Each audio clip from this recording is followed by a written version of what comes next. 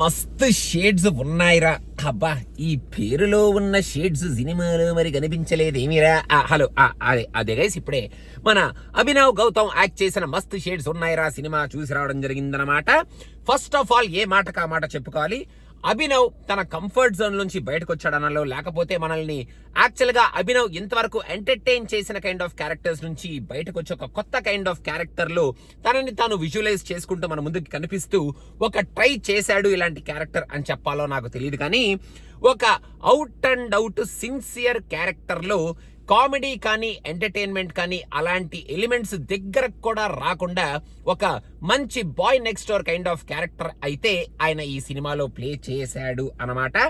ఈ సినిమాని కూడా మనకి చాలా సిన్సియర్గా ఫస్ట్ నుంచి లాస్ట్ వరకు ఒక పాయింట్ పెట్టుకొని ఆ పాయింట్ ఎజెండాలో ఈ మూవీని పట్టుకెళ్లారు. కానీ నాకు ఈ సినిమా చూసేటప్పుడు ఆ పాయింట్ బానే ఉంది, ఆ పాయింట్కి వాళ్ళు ఎస్టాబ్లిష్ చేసుకున్న కైండ్ ఆఫ్ స్టోరీ స్ట్రక్చర్ కూడా బానే ఉంది, కానీ ఎమోషనల్ వైజ్ కానీ ఆ పాయింట్ ని అబ్బా అసలు ఇప్పుడు ఏంట్రా మన అభినవ్ ఎంత బాధపడుతున్నాడు, అర్రే ఇప్పుడు మన అభినవ్కి ఏమవుద్రా, అబ్బా ఇప్పుడు మన అభినవ్ ఏం చేస్తాడ్రా, అర్రే ఈ ప్రాబ్లం చాలా గట్టి ప్రాబ్లం వచ్చిందే మనోడికి, అయ్యయ్యో అభినవ్ అన్న కైండ్ ఆఫ్ ఫీలింగ్స్ ఎందుకో ఈ సినిమా చూస్తున్నప్పుడు సినిమా అలా వెళ్ళిపోతూ వెళ్ళిపోతూ వెళ్ళిపోతూ ఉన్న ఈ కైండ్ ఆఫ్ ఫీలింగ్స్ మనకి దగ్గరికి రాలేదేమో అని నాకైతే అనిపించింది అన్నమాట. మూవీ స్టార్ట్ అవడం కొంచెం ఇంట్రెస్టింగ్ పాయింట్ తోనే స్టార్ట్ అవుద్ది.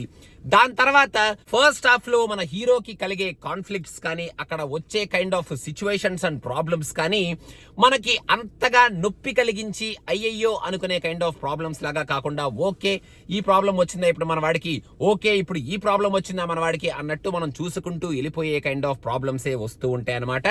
మనల్ని ఎమోషనల్ గా కూడా ఆ ప్రాబ్లమ్స్ అంతగా ఎమోషన్స్ కి గురి చేసే కైండ్ ఆఫ్ ప్రాబ్లమ్స్ లా కాకుండా అలా మనం చూస్తూ వెళ్ళిపోతూ ఉండే కైండ్ ఆఫ్ ప్రాబ్లమ్స్. దాని మధ్యలో ఒక conflict point between Ali Raza and మన అభినవ్.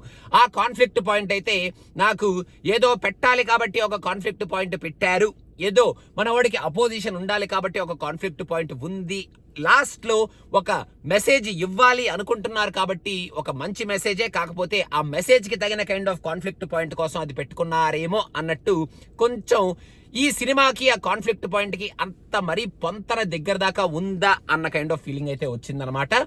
ఇంకా లవ్ స్టోరీ విషయానికి వస్తే ఫస్ట్ హాఫ్ లో లవ్ స్టోరీని చాలా నీట్ గానే, అంటే లవ్ స్టోరీ అన్నట్టు మనం అనలేం, కానీ హీరో హీరోయిన్ కి మధ్యలో ఉన్న ఆ సీన్స్ ని చాలా నీట్ గానే ప్లేస్ చేసుకుంటూ వచ్చారు. కానీ ఆ సీన్స్ కూడా అబ్బా ఏమైనా మంచి ఫీల్ ఉంది కదరా బాబు అన్న కైండ్ ఆఫ్ ఫీల్ అయితే నాకు క్రియేట్ చేసినట్టే అనిపించలేదు.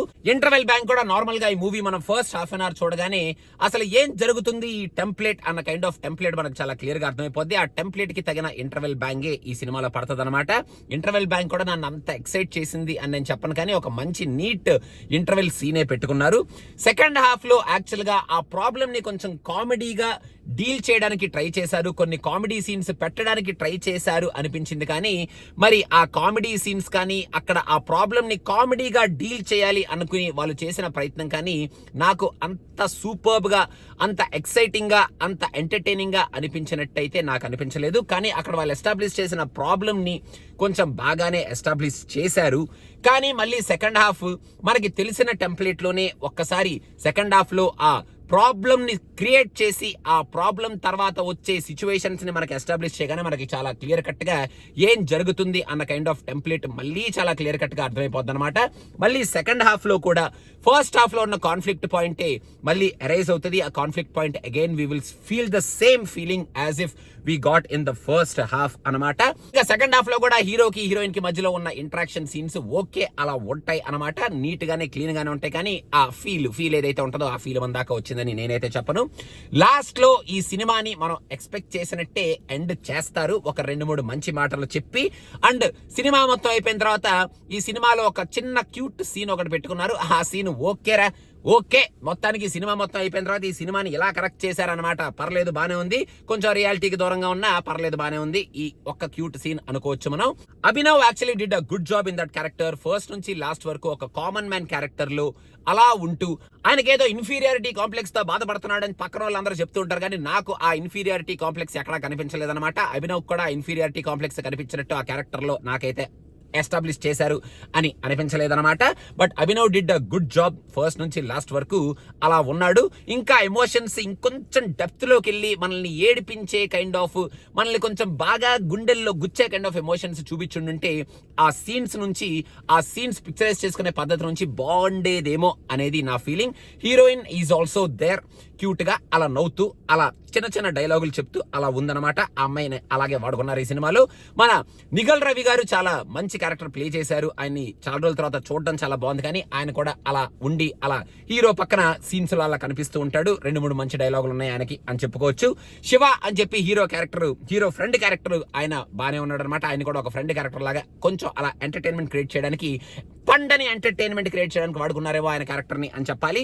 ఇంకా మన అలీ రజా అలా వచ్చి నేను ఈ సినిమాలో కాన్ఫ్లిక్ట్ క్రియేట్ చేయడానికి అప్పుడప్పుడు వస్తూ ఉంటాను అనమాట. ఎందుకంటే ఈ సినిమాలో కాన్ఫ్లిక్ట్ పాయింట్ ఉండాలి కాబట్టి, అది నా నుంచే రావాలి కాబట్టి అన్నట్టు ఆయన అలా వచ్చి ఆ కాన్ఫ్లిక్ట్ పాయింట్ క్రియేట్ చేసి అలా వెళ్ళిపోతూ ఉంటాడు. సో అభినవ్ ఈ మస్త్ షేడ్స్ ఉన్నాయిరా అన్న సినిమాలో అన్ని షేడ్స్ మనకేం కనిపించవు, కానీ ఒక 2-3 షేడ్స్ ఉంటాయి ఈ సినిమాలో. మనకి టెంప్లెట్ చాలా క్లియర్ గా అర్థమైపోద్ది. సెకండ్ హాఫ్ వచ్చేటప్పటికి చాలా క్లియర్ గా ఇంకా టెంప్లెట్ 1-2 షేడ్స్ లో మనకి ఈ సినిమాలో వెళ్ళిపోతూ ఉంటది. కాబట్టి సో మీరు అభినవ్ ఏం చేశాడు ఈ 1 or 2 షేడ్స్ లో, అసలు ఏమిటి కామన్ స్టోరీ టెంప్లెట్ అని తెలుసుకోవాలి అనుకుంటే మీరు వెళ్ళి ఈ సినిమాని చూడొచ్చు అనమాట. సో అదనమాట సంగతి. మొత్తానికి మస్త్ షేడ్స్ ఉన్నాయిరా అంటే ఎన్ని షేడ్స్ ఉన్నాయి ఈ సినిమాలో మొత్తానికి, అది మనం కొంచెం క్వశ్చన్ మార్క్ చేసుకోవాల్సిన పాయింట్ అనమాట. సో అది మస్త్ షేడ్స్ ఉన్నాయి ఈ సినిమాలో ఉన్నాయి. 2-3 షేడ్స్ అయితే ఉన్నాయి.